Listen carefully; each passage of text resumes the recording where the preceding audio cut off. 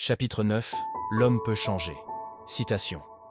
La destinée n'est pas une réalité fatale, mais un fait changeant selon les différentes décisions qu'un homme peut prendre. La mémoire d'un homme est photographique, ou elle ressemble à un appareil photo. C'est grâce à cette mémoire que l'homme se souvient des événements passés. À cause de cette mémoire, l'homme peut encore vivre dans le passé, tandis qu'il est dans le présent. C'est là le grand piège. Souvent quand nous regardons l'homme, on le juge en fonction de son passé, en fonction de la vie qu'il a menée.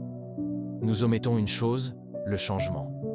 L'essence des mots comme changer, être, devenir, passé, présent, hier, aujourd'hui, avant, après, nous apprend que l'homme peut quitter d'un point A vers un point B.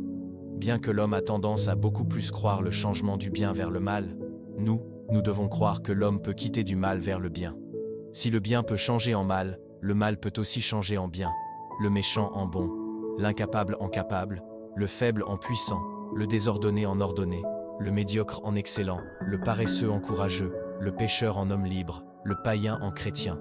Parce que la destinée n'est pas une réalité fatale, mais un fait changeant selon les différentes décisions qu'un homme peut prendre. Ainsi, je différencie le destin de la destinée d'un homme. La destinée, c'est le plan de Dieu, ou l'algorithme de Dieu pour un homme. Elle est choisie par sa prise de conscience et par son choix. Elle peut ou ne pas se réaliser, tout dépend de l'homme qui est au centre. Elle est constituée des différents événements susceptibles d'arriver, si et seulement si l'homme les choisit. Elle n'est pas une fatalité. Elle est le contraire de la prédestination ou du destin. Elle est faite de causes et des effets, des si et des alors, des oui et des non. C'est la vocation de l'homme. Le destin, c'est tout le contraire de la destinée.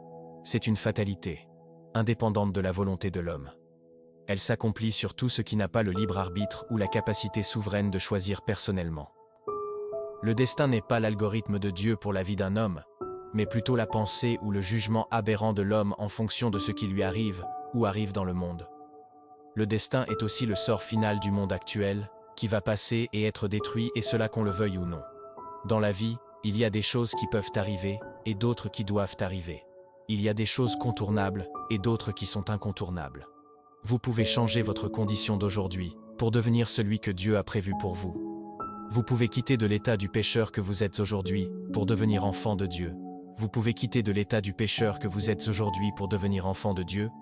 Vous pouvez en finir avec votre vie d'escroc, de menteur, de prostituée, d'homosexuel, de masturbateur, pour devenir celui que Dieu avait mis à part pour servir à ses desseins. Il vous suffit de croire en Dieu et de suivre ses plans pour votre vie. Très chers frères et sœurs, je viens par ce petit texte vous supplier de ne plus stigmatiser les personnes à cause de leur passé. Nous devons comprendre que l'homme peut changer, et si Dieu peut pardonner, nous devons aussi pardonner ceux qui vivaient dans une mauvaise vie. On peut leur offrir encore notre confiance.